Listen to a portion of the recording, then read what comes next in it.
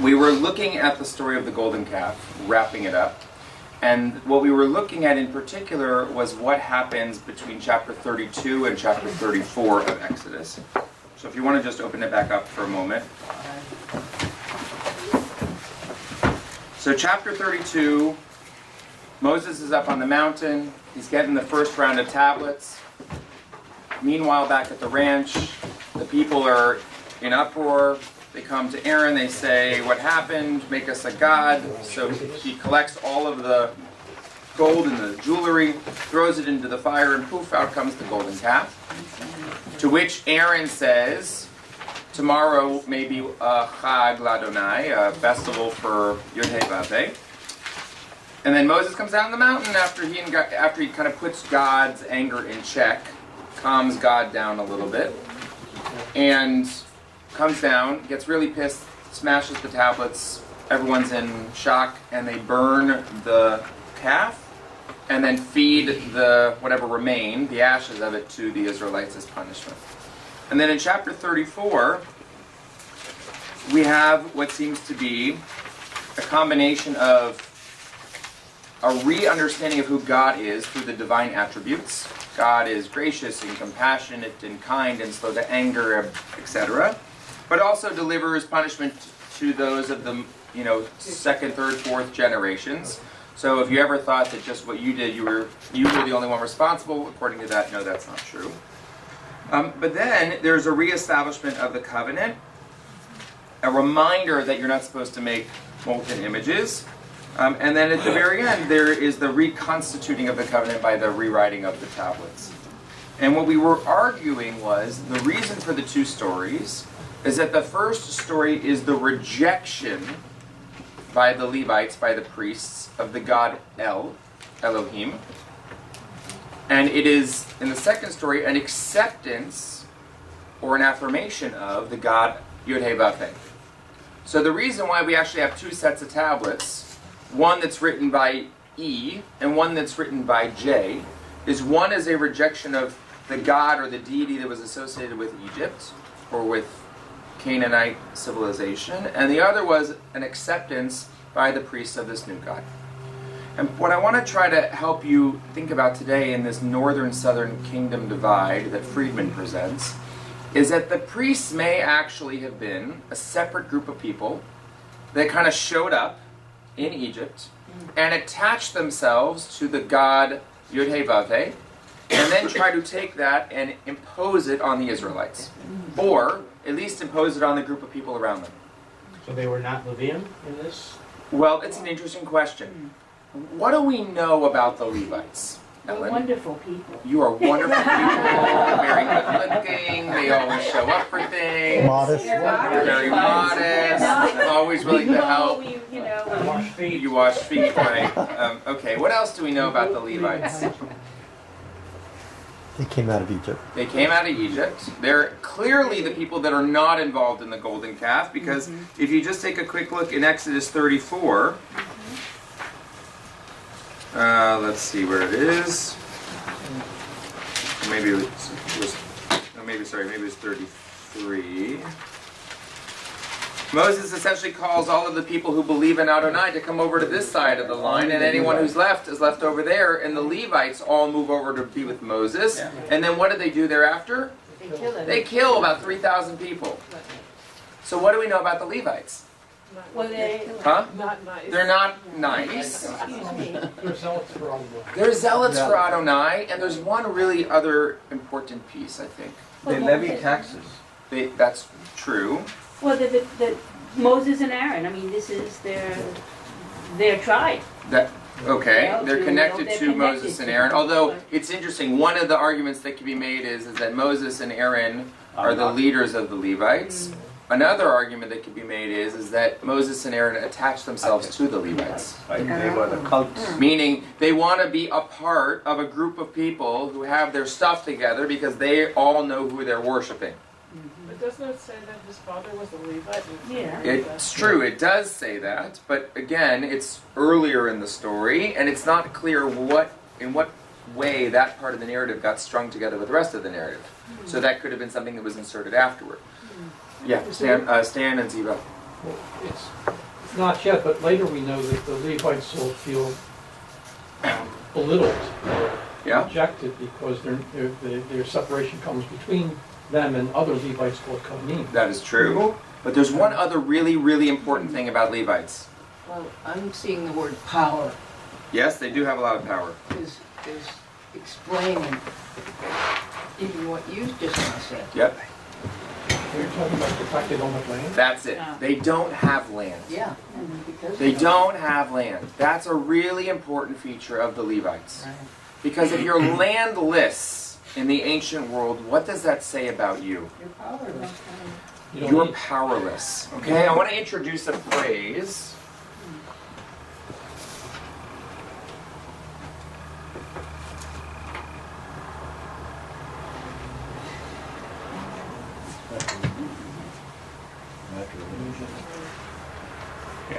Patrilineal primogeniture.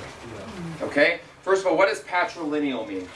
Father. It goes through the father. Today, halachically speaking in Judaism, who determines the Jewish identity? The mother, we call that matrilineal Judaism.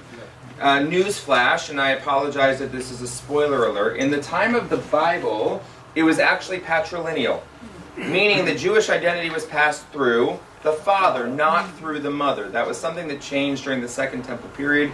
It's still not exactly clear to me why, but most of the explanations that I've heard as to why had to do with identification, especially when you lived in a time when people had more than one wife.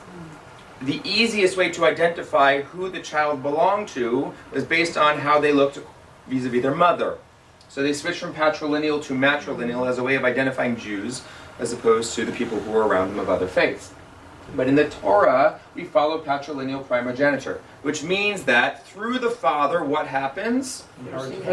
Inheritance. If you remember the story of the daughters of Slavchad in the book of Bamidbar, in the book of Numbers, what's the claim, the argument of the daughters? There's no male heir. There was no direct male heir to their father, right, who died in the wilderness. There are 5 daughters, and what do they want? They want their inheritance, which they believe they are due because they're the direct descendants of their father. So they go to Moses and they say, we want the land, to which Moses does what? Let me talk to God. He says, let me talk to God, to which God says, That's a good idea. that's a good idea. Actually, God actually says, I don't know what to do. We don't have a rule for this one, so let's make a rule that says the women get it. And then we get all of the laws of inheritance. There's a big problem, though, with the Levites. They don't have any- Not only did they not have any land, but where do they get their power from? Who's their father? Luke? Jacob. Jacob? No, I mean, obviously it's not. Levi? Yeah. Who is it? Where does their power come from? Who gives the Levites their power? It could be the people, or it's God. It's God. If the Levites, if the whole premise of the Levites is that they want to perpetuate the name of this God, then their power and their authority comes from this God.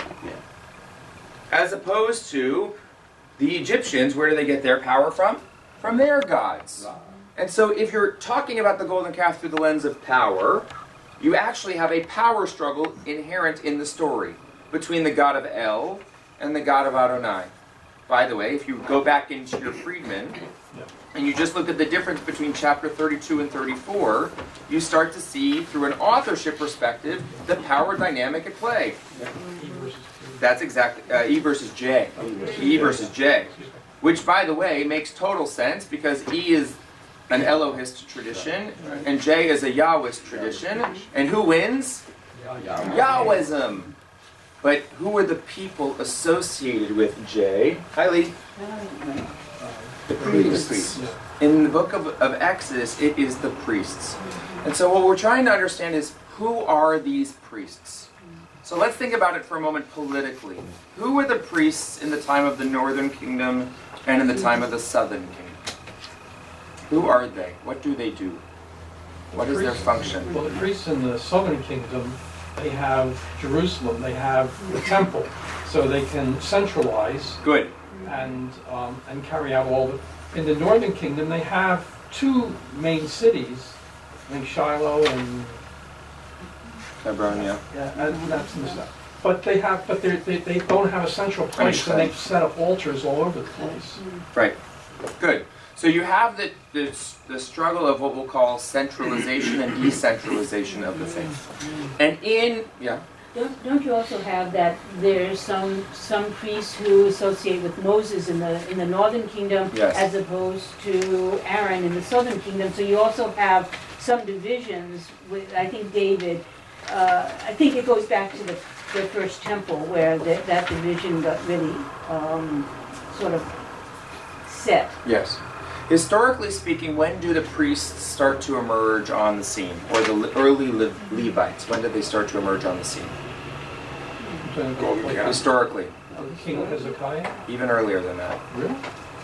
Oh, Solomon? Not necessarily the way that you think about them, but there's evidence of Leviim, or of Levites of some kind of status as early as the 13th century BCE, which is around the time of what?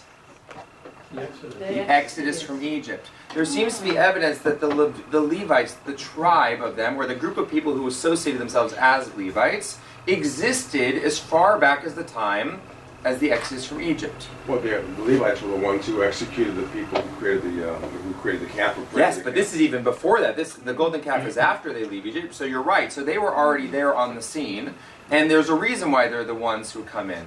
But presumably the Levites might have even been there while the people were being enslaved. Maybe they were the ones who were enslaved, or maybe they are the ones who come in and help to release them from slavery.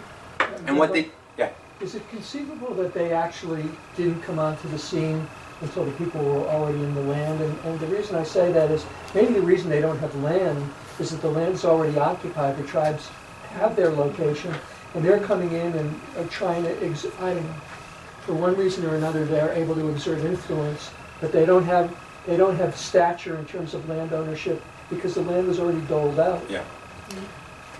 Possible. So the oldest known reference to Yahweh outside of the Bible is in the Egyptian text, and it says Yahweh Ashasu. And the Shasu, or kind of the Kenite, the Bible talks about the Shasu. So the religion lives somewhere in the peninsula, or the Saudi peninsula, and they date that to 15th century BCE. So it goes pretty far back. Great. All right, so I want to look for a second at the etymology. Does anyone know what the Hebrew word Lamed Vav He or Lamed Vav Yud means?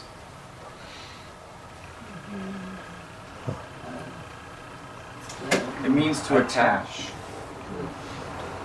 Or to connect. Okay? What Levites were they were people who connected to other groups of people. And one of the things that we know about them is that they practice what's called cult sacrifice. Or cult worship. By cult, I don't mean like KKK. What is cult worship or cult sacrifice?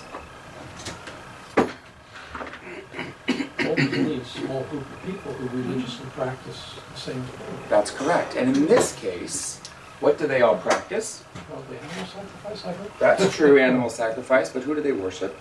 Yahweh. They worship a god named Yahweh.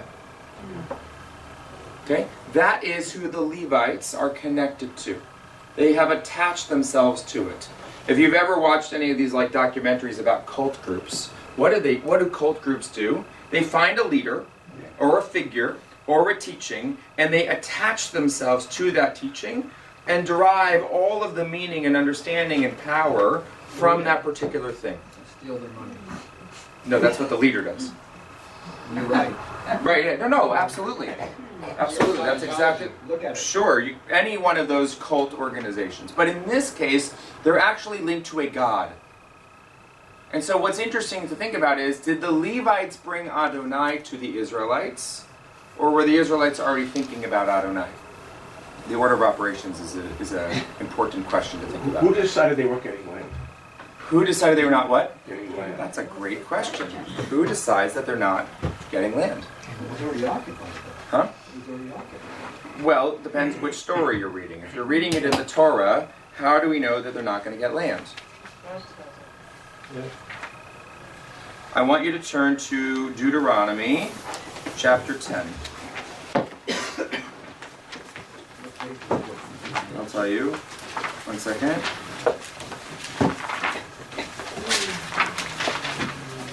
$327. 327 is, I'm on page 1048. Yeah.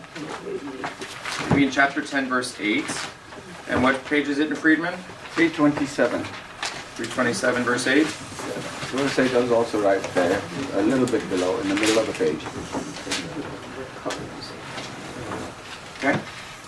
So where we are right now in this particular part of Deuteronomy, actually, you know what? Let's read it because I think it's actually quite interesting. Go back to the beginning of chapter. Go to chapter 9. What page? 325. Page 1042. Okay, this is the scene where Moses is talking, one of the scenes where he's talking to the Israelites before they're about to cross over. And what he's going to do is he's actually going to retell the story of the golden calf. Now remember, the Deuteronomic author is a late author, probably 7th century BCE, 8th to 7th century BCE. And this particular author, at least the way that the Torah portrays them, is that it's not God. It's either literally Moses speaking to the people in Moses' voice, or it's someone else who's telling the story as if it was Moses speaking to the people. And who's the audience that Moses is speaking to? All the Israelites. More specifically. Those that were going to cross the Jordan? More specifically. This is not the generation that left Egypt. Oh, right. Okay. This is the descendants. Descendants of the people. Meaning, everyone who was a part of the golden calf saga, who was over the age of 20, was annihilated and wiped out in the wilderness over the course of the 40 years of wanderings. So 2 to 3 months before they get to enter the land, Moses is giving his swan song to the people, and he's telling them all the things that they need to be careful about. So he's telling the new generation, most of whom were either little pitzlas when it happened, or they weren't even born yet, what happened with the golden calf story. So let's read it, because it's interesting, and then we'll get to the Levites. Let's see. Let's start with verse 8. Someone want to read? I'm on page 1043, chapter 9, verse 8. Barbara, you want to read? Okay, Stan? At Horeb, you provoked the Lord, that the Lord was angry enough with you to have destroyed you.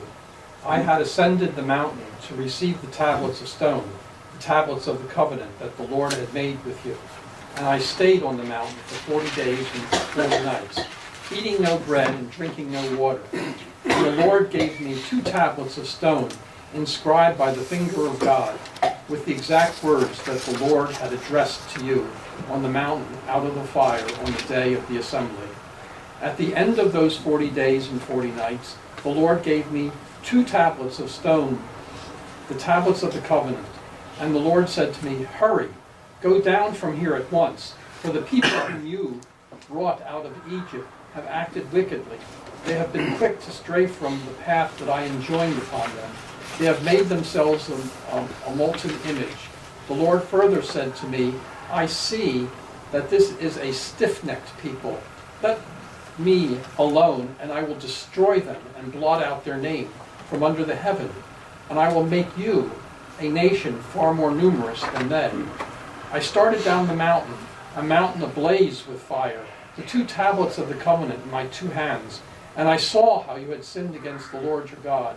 You had made yourselves a molten calf. You had been quick to stray from the path that the Lord had enjoined upon you. Thereupon I gripped the 2 tablets and flung them away with both my hands, smashing them before your eyes.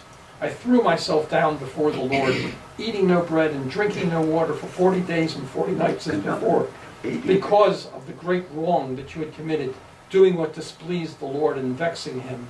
For I was in dread of the Lord's fierce anger against you, which moved him to wipe you out. And that time too, the Lord gave heed to me. Moreover, the Lord was angry enough with Aaron to have destroyed him. So I interceded for Aaron at that time. As for that sinful thing you had made, the calf, I took it and put it in the fire. I broke it into bits and ground it thoroughly until it was fine as dust. I threw its dust into the brook, and the brook that comes down from the mountain. Again you provoked the Lord at Taberath, and at Massah, and at Kibroth Hattaavah. Those are all of the places where they run out of water, where they don't have meats, where they're basically fetching because, you know, the food wasn't good. And when the See, it's Lord, been going on for thousands of years, Jews fetching about the food. and when the Lord sent you on from Kadesh Barnea, saying, "Go up, take possession of the land that I am giving you," you flouted the command of the Lord your God. You did not put your trust in him, and did not obey him. As long as I have known you, you have been defiant towards the Lord. Continue. Oh, yeah? When I lay prostrate before the Lord those 40 days and 40 nights, because the Lord was determined to destroy you, I prayed to the Lord and said, O Lord God, do not annihilate your very own people, whom you redeemed in your majesty, and whom you freed from Egypt with a mighty hand. Give thought to your servants, Abraham, Isaac, and Jacob, and pay no heed to the stubbornness of his people, its wickedness and its sinfulness. Else the country from which you freed us will say, it was because the Lord was powerless to bring them into the land that he promised them, and because he rejected them, he brought them out to have them die in the wilderness. Yet they are your very own people, whom you freed with your might and your outstretched arm. All right, so this is the first part of the story. What's different and what's the same about the original story? Well, the scouts did. Yep, Scout's thing. He was also saying he fasted 40 days and 40 nights Yeah. after the well, actually, he really contradicted himself. First, he said he fasted 40 days and 40 nights before getting the tablets. Here's the interesting And then thing. he said he fasted 40 days and 40 nights Another. after he received it. But But that doesn't sound make any sense. The intercession about Aaron Yeah. is. Yeah. Intercession about Aaron's effort. By the way, And then about Yeah. the stiff neck. In previous case, it was Moses who tells God, these are stiff necked people. And this time, it's God's recognizing that these are here's the cool thing. When Moses can say whatever he wants. Yeah. Because the people Nobody's- don't remember nobody- it, or they weren't there. Yeah. So Moses gets to retell the story the way that he wants to. It's a revision. I think that, Jerry, the 40 days thing was sequential. Yeah. It was 40 days up on the mountain doing one thing, and then And coming then- down, and then another 40 days of 80 fasting days. and whatever. 80 days of fasting. I don't know, the poor guy didn't eat for a long Well, time. it just says bread and water. I mean, Right. Yeah, but in the original story, wine he came down after 40 days and immediately broke the tablets. That's Now right. he's saying he fasted 40 days and then broke the tablets? No. No, No, it was while he was on the mountain. He broke it while coming down. He sees them and he breaks Yeah, it. but Right, and and then he fasted fasts 40 another days. 40 days in repentance for. It was essentially 80 days, 80 days in sequence, consecutively, consecutively. Taking time out from this. Well, he did. Right. There's no mention also of the Levites here. No mention of the Levites, no Okay, mention of the yeah. divine attributes, Right. like there's certain specific things that are left out. Yeah. Okay, so Moses gets to tell the story that he wants. By the way, Aaron's not even there to verify the story. No. What would you, what do you think is Moses' emotional state? What is his state of mind as he's sharing the story? Old. Huh? Old. He's old. Okay. He wants to leave mad. a good legacy. Huh? He wants to leave a good legacy. More than that. He wants to scare the Jesus out. Right. Sorry, the whatever out of him. I was going to say a bad word, but I can't do that. He wants to He wants to scare the scare them. crap out of them, so to speak. He's scared that they're not gonna do what they're supposed to be doing. Exactly. Okay, but now, when he goes and gets his new tablets, the Levites show up. Okay? So we want to read the beginning of chapter 10. We're just going to read to verse 9. Sure. Go ahead, Luke. So starting at verse 1 on the bottom, 1046, chapter 10. Thereupon the Lord said to me, carve out 2 tablets of stone like the first, and come up to me on the mountain, and make an ark of wood. I will inscribe on the tablets the commandments that were on the first tablets that you smashed, and you shall deposit them in the ark. By the way, if you read Rashi on that verse, it says, and make me an ark of wood. And Rashi asks the question, and who shall make the ark of wood? And Rashi answers, Jerry Wacknoff. So I think it's very interesting. I did not know that. No, I didn't either. I made an ark of acacia. Well, apparently, Moses made it. I made an ark of acacia wood and carved out 2 tablets of stone like the first. I took the 2 tablets with me and went up the mountain. The Lord inscribed on the tablets the same text as on the first, the 10 commandments that he addressed to you on the mountain out of the fire on the day of the assembly. And the Lord gave them to me. Then I left and went down from the mountain, and I deposited the tablets in the ark that I had made, where they still are, as the Lord had commanded me. From Beroth B'nai Jaakan, the Israelites marched to Moserah. Aaron died there and was buried there, and his son Eleazar became priest in his stead. From there they marched to Gudgod, and from Gudgod to Yotbath, a region of running brooks. That's, you know how it got its name, right? They arrived in the place and said, good God. Good God. Okay, go ahead. Man, nice. Yeah. Story. Verse 8, 9 are the key ones. Here we go. At the time the Lord set apart the tribe of Levi to carry the ark of the Lord's covenant, to stand in attendance upon the Lord, and to bless in his name as is still the case. That is why the Levites have received no hereditary portion, along with their kinsmen. The Lord is their portion, as the Lord your God spoke concerning them. Now, we didn't get all of that in our story, but we got a piece of it. Go back to Exodus for a moment, to page 535, Exodus 32, verse 25. In the Freedman, that's on page 74?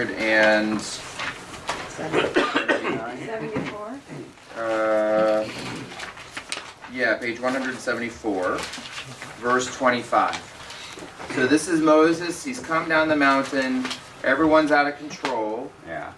Okay, Lou, will you read verse 25 through verse 29, please? Moses saw that the people were out of control, since Aaron had let them get out of control, so that they were a menace to any who might oppose them. Moses stood up in the gate of the camp and said, "Whoever is for the Lord, come here." And all the Levites rallied to him. He said to them, "Thus says the Lord, the God of Israel, each of you put sword on thigh, go back and forth from gate to gate throughout the camp, and slay brother, neighbor, and kin." The Levites did as Moses had bidden, and some 3,000 of the people fell that day. And Moses said, "Dedicate yourselves to the Lord this day, for each of you has been against son and brother, that he may bestow a blessing upon you today." So what does it mean to dedicate yourself to the Lord? How does Deuteronomy interpret it? Be in service for the In service for the Lord. Therefore, you will have no portion, because who is your portion? The Lord. Now, if we think for a moment about the name Levi, right? A Levite, someone who attaches themselves, how does this story change its meaning through this definition? What's happening in Exodus that we can now re-understand based on the meaning of the word Levite? What are they doing? They come attached to God. They're specifically, right, so they're attached to Adonai and they become enforcers of Adonai. Right? They are the protectors of Yud He Vav He. In a way, yes, they are like a Nazarite. They've taken a vow or an oath in order to be able to protect this particular person's name, which, by the way, may help us on some level understand why they were willing to kill the Israelites. Why were they willing to kill the Israelites?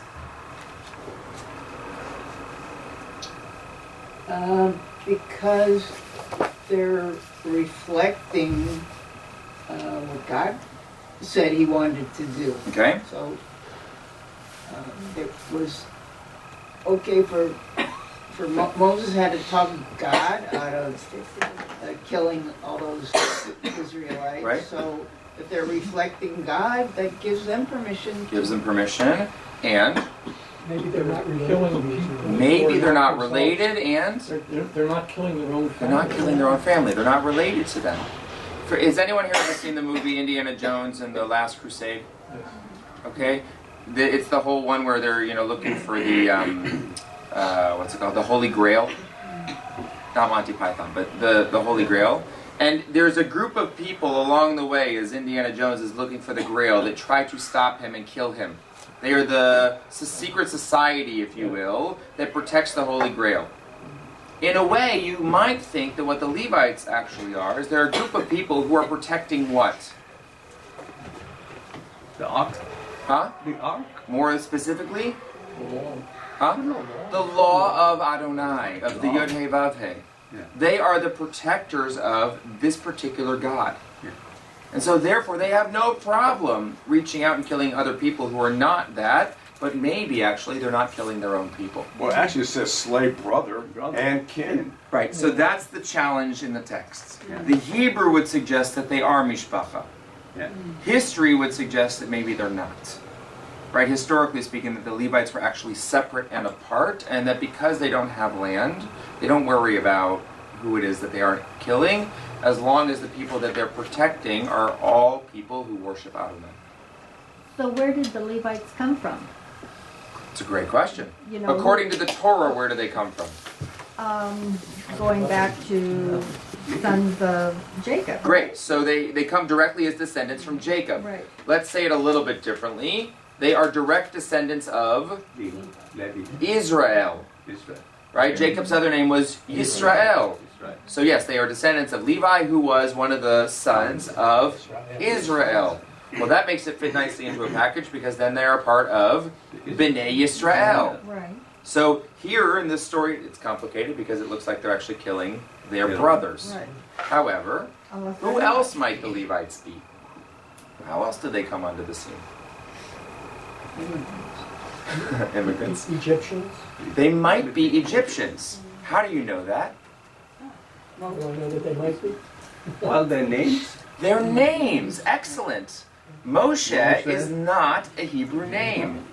Shifra and Pua are not Hebrew names. Pinchas is not. What's that? Pinchas is You not. could even make the argument that Aharon is not, Aharon is not. right? No. That they were actually Egyptian names. So they may have actually been a sect of people who were part of the Egyptians who Connected themselves to this. That's where you use the That's connection. right. They connect themselves to a particular group of people. By the way, let's think about it in another direction. What are priests? In general, in broad history, forget Israelite history for a moment. What is a priest? They're a shaman, they're a magician. They're a shaman, they're a magician. Intermediary? They can be an intermediary between you and the God. What else? They're teachers. They're scribes. They're scribes. How do you become a priest? You study with the priest. Huh? You study with the apprentice. You could study with a priest. Eldest born gift. Yes, on some level you inherit it. However, It has to do with the inheritance too. yes, it does have to do with inheritance, but sometimes you can actually attach yourself to priesthood. In Jewish tradition, how does someone attach themselves to priesthood? Letting your head in the So you could take a Nazirite vow of some sort, so you could do it in that way. What's another way to do it?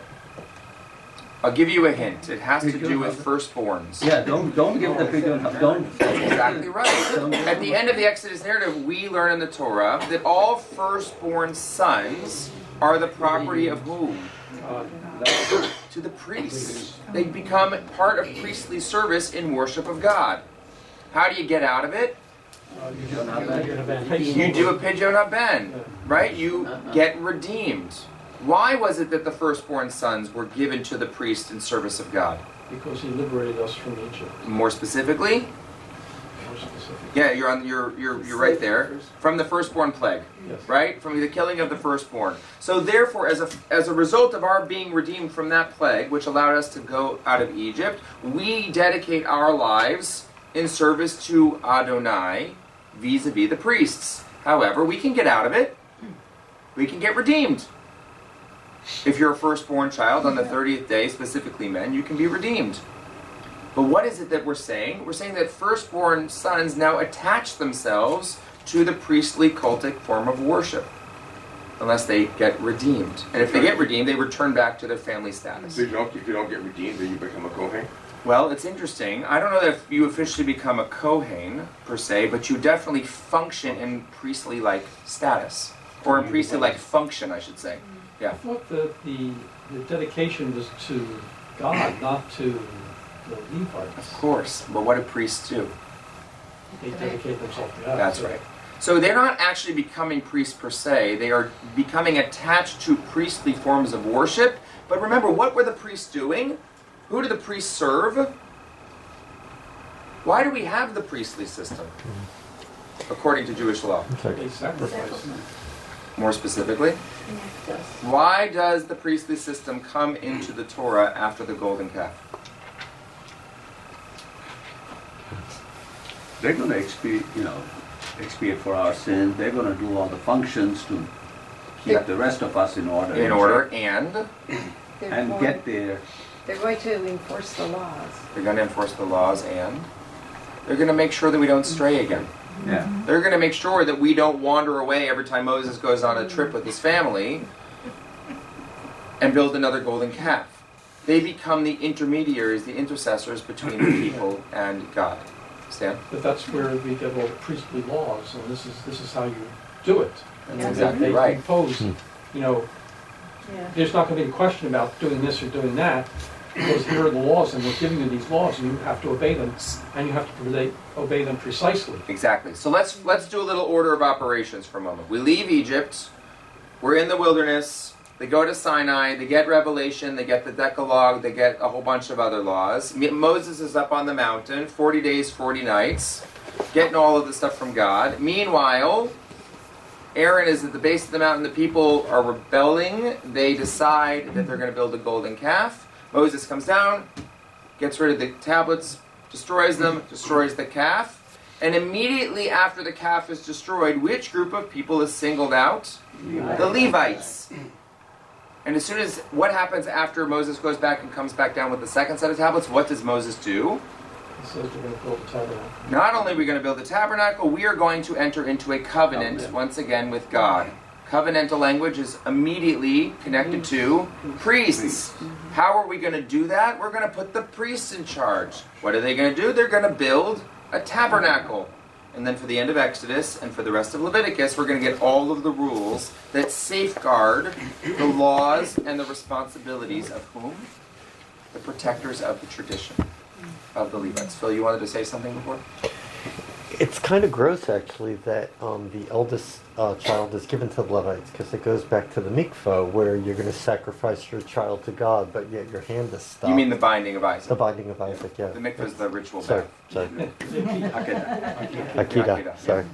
No. This part Okay, of the so word. tell me... Just the unpack whole word. idea that, Abraham goes up to sacrifice his child to God, and then it was stopped by Yahweh, but yet here the Levitical rule requires that the eldest son be given to God. I never made that connection Given before. to God, but not sacrificed to God.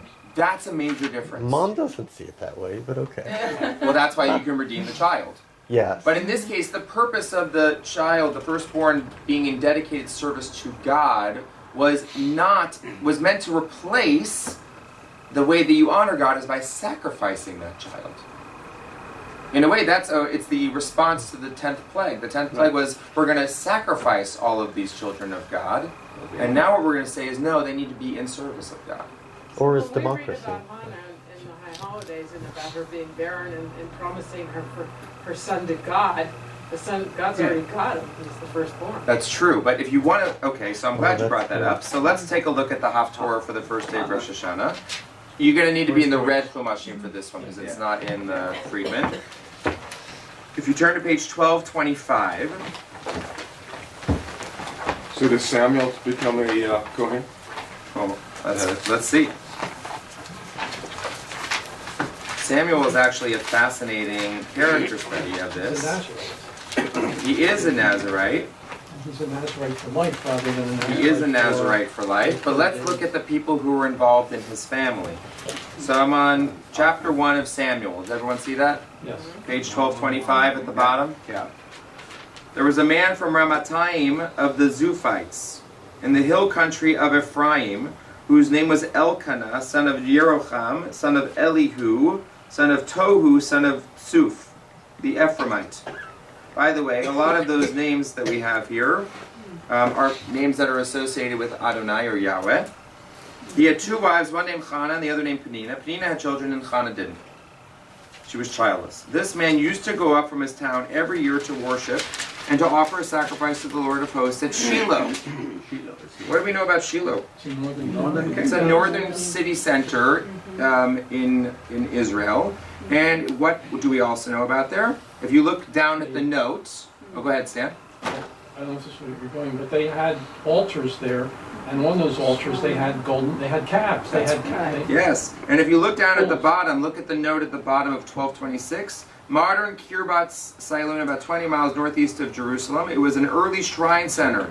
Joshua set up the tabernacle there, and the ark remained there with brief exceptions until it was captured by the Philistines. Right. So it was a place where people would go and worship God. And the Lord of hosts, Hophni and Pinchas, two of the sons of Eli, were priests of the Lord there. So Samuel, who becomes the prophet and a Nazirite, who was born to Hannah, is essentially raised in the town where the priests, sons of Eli, lived and worshipped. This is actually an example. Some want to make the historical argument that you not only could be born into priesthood, but you could attach oneself to priesthood. So that changes that whole joke of the guy who goes to the rabbi who wants to pay to become a priest. Everyone know that joke? No, you know that one? You know, the guy goes to the rabbi, meets him in his office, he says, Rabbi, I want to become a priest. He says, I just can't do it. He says, how much will it take? I'll make $1,000 donation to your discretionary fund. Just make me a priest. He says, I wish I could, but I can't do it. He said, all right, how about 5,000? He says, I can't. I would love to, but I can't. He said, fine, $25,000, make me a priest, no problem. The rabbi says, I wish I could. I want to help you, but I can't do it. And I'm curious, why do you want to be a priest so bad? He says, well, my father's a priest. All right, but what's interesting is that this is actually one of the stories that's post-Torah, so post 5 books of Moses, that makes the argument that Samuel, who will dedicate his service to God as a Nazir, a Nazirite. What's a Nazirite? What are they allowed to do and not allowed to do? They don't cut their hair. They don't drink wine. The only vows that they take are ones that are in service to God, and it's usually a lifelong decision. It's supposed to be. If you break it, that's a different story. I thought that most of the Nazirites were for like 30 days or something. You can make a Nazirite vow for limited periods, Yeah. but if you don't specify the period, it becomes indefinite, if you will. But what's interesting about this is that in this whole process of Samuel being born, he ends up attaching himself, if you will, to priesthood. But he's not born into priesthood. Right. So it begs the question, can one make oneself attached to Levitical function? By the way, we do know that it happens. If you marry a priest, you get to benefit from priestly offerings. It's called truma, or ma'aser. It's the tithings that people would bring when they offered a sacrifice. The priest would eat of that food, and they would share that food with their family members. Remember, because they didn't have their own jobs to be able to go out and earn for themselves and then go buy food. So that's how they made it. Eli's other sons become priests? They must have been descendants from Aaron, presumably. Well, they're Eli's sons, though, it means Eli's got to be a descendant of Aaron. Correct. Which means that Samuel also has to be a descendant of Aaron. No, but Samuel doesn't come. Samuel is the son of Hannah and Eli. Elkanah. Elkanah. Oh, I'm sorry. Oh, that was Eli. So Eli is going to be the person who is going to suggest that Hannah is drunk while she's praying. Oh, right. Okay. But what ends up happening as a result of this whole thing is that if you look in verse 19, it says, early next morning they bowed low before the Lord. They went back home, and Elkanah knew his wife Hannah, and the Lord remembered her. That's one of the themes for Rosh Hashanah. Yeah. So Hannah conceives a son named Samuel, and that's when they're going to offer a sacrifice in his honor, and they're going to essentially dedicate him and his service to God. And so Samuel will become a priest, or will have priest-like function, priest-like status. Yeah. By having the elders go in the service of God, Yeah. also has an interesting dynamic for the family inheritance, because the first one always got the double portion. Yes. So you are freed from that also. So maybe it's a conspiracy by the second, third, fourth born. Yeah, it was all of the younger siblings that invented this whole thing. I like it. Get him out. Okay, so I want to look for a moment now at the beginning of Leviticus. The beginning of Leviticus. We're going to try to understand who the priests are a little bit more than what we have so far. If you think back to the maps, or to the geography of Israel, we have two major parts of the kingdom. We have a northern kingdom and a southern kingdom. It was once united, under King David, who moves the capital from the north into Jerusalem. It will then become united again because they will build the temple in Jerusalem under Solomon's time period. And then it splits, it fractures in half. And so one of the challenges when the kingdom splits is what? Where do you do your sacrifices? So much of this question actually emanates from the story of wandering in the wilderness and the building of the tabernacle, which they've just built. If you look at the opening lines of Leviticus on page 585,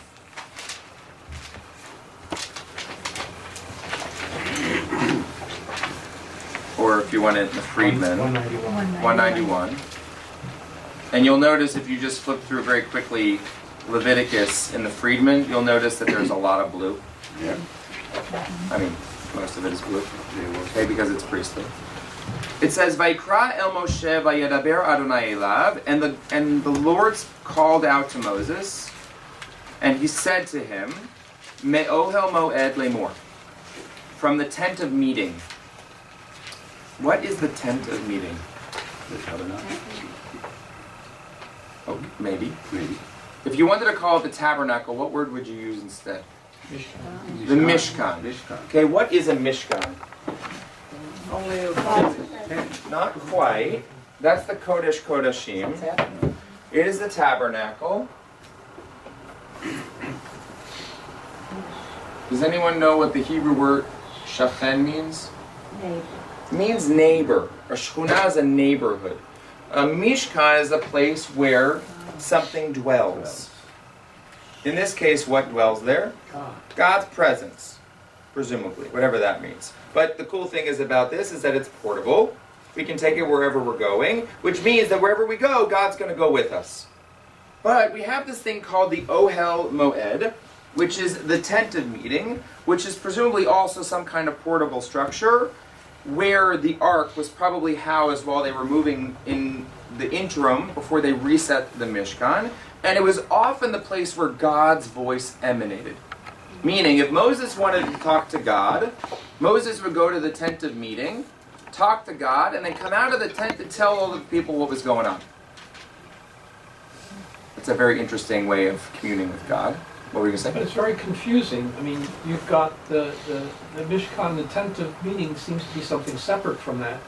And I don't think it's ever really explained why there are these two different things. Correct.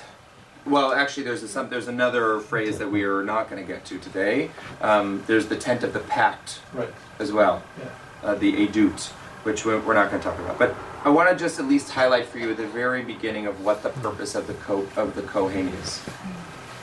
It says, "Daber el bnei Yisrael v'amart alehem," speak to the Israelite people and say to them, "Adam ki yakriv mikem korban ladonai," mean how whatever doesn't, that part doesn't make a difference.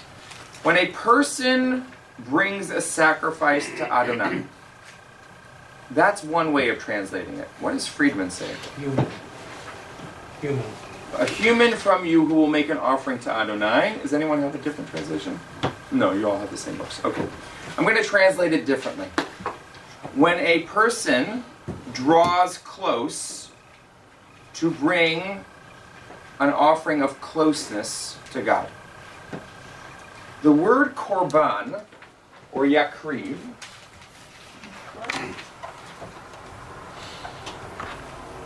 is derived from the root karov, which means close. A korban, a sacrifice, is the act of drawing close or attaching oneself to God. So the sacrificial system of the ancient world was about doing something that helped you come close to God. What is the function of the Levites vis-a-vis proximity to God? Say it again? To structure. Yes, it structures it. Everything that is going to follow is going to tell you lots of stuff about which animal to sacrifice and how to make the sacrifice. I'm not so interested in it for lots of reasons. What I'm interested in is what are the priests doing in a functionary role vis-a-vis the people. They're allowing the people to come close. They are allowing the people to come close to God in a controlled way. Facilitate. They're facilitating. That's The right. intercessors. They're intercessors. Think about what happened in the golden calf. Also When they want to draw close to God in the golden calf story, what do? They want to have something for, well, as Friedman would say, they want to have something to worship. upon which God's presence can dwell. Yep. So they say, make me this calf. Yep. Friedman argues it was really to bring God close, not to be an idol in himself. That's what this whole thing is about. When we talk about the authorship of Leviticus, what we are doing is we are rewriting the way that we imagine drawing close to God. And what the priests are doing is they're giving us a brand new framework through which to think about it. Don't think that the only way to draw close to God anymore is through building of, erecting idols. But instead, we can build different structures that allow people to draw close to God. Interestingly, who are the people who lead this? The Levites. What do Levites do? They attach themselves to God. They're just going to argue, you have to do it my way, not your way. What's better about the Levitical way than about the other way? Structure. Yeah? Well, then everybody's doing it the same way. Everyone's doing it the same way. What else? Yeah? They're not having orgies and drinking. They're not committing idolatry. That's what And an the orgy was. celebration- Those yes. celebrations were a form of idolatrous practice. They were doing things that the other non-Jews were doing. Yeah? So they're also doing this attachment, this connection by defining what is holy. Yep. So that ties in with kashrut because at least what I think is the purpose of kashrut is to attach your way to God by doing this holy connection. So Ziva's one of those students who in school the teacher would have said, Ziva, we're going to get to that next week. All right? It's good, because essentially for the first 15 chapters of Leviticus, we don't really understand what the point of this whole drawing close to God thing is vis-a-vis sacrifices. When we get to chapter 16, we start to understand that the reason why we draw close to God for the Levites is because of Kedusha, of holiness. By the way, what does Kedusha mean? What does holiness really mean? Which means what? Yeah. Separating. Making it exclusive. Doing something that is kadosh is about separating us from everyone else. Why do we destroy the golden calf and instead return to Adonai? We're separating ourselves. The authorship of these texts are trying to get us away. They're trying to separate us from the way that we have been practicing to the way that we want to practice. And in particular, there's a group of people who have a very clear vision of how we should do that. Yeah. And we're only now starting to piece those things together. We didn't understand that when we first met Moses, when we first met Aaron, but we're starting to see it unfold as we get through this story. They have a very clear vision. Yeah. What is confusing to me Probably me too. is the relationship between J and P. Good question. Because J is a Yud Hey Vav Hey people, or everything they're talking about is probably mostly J. Yeah. But it's P who become the rule makers and the priests, and it is they who demote essentially the Levites. Right. So I think there's a lot of different answers. One I'll just leave you with right now because it's 1 o'clock, is I think it's directional. I think J often feels vertical, meaning we're here, God's here, and it's a vertical relationship. And P makes it more horizontal. We're trying to figure out a way to relate to one another, knowing that we live in a time when we can't experience God's immanence or transcendence in the same way that you can when you have something physical there. And so what they've done is they've created this whole relational thing whereby the people are engaged in it through sacrifice, and the people are bringing it and handing it off to other people. And so there's a struggle between the vertical and the horizontal. The priests are all communing with the people, but they're also communing with God.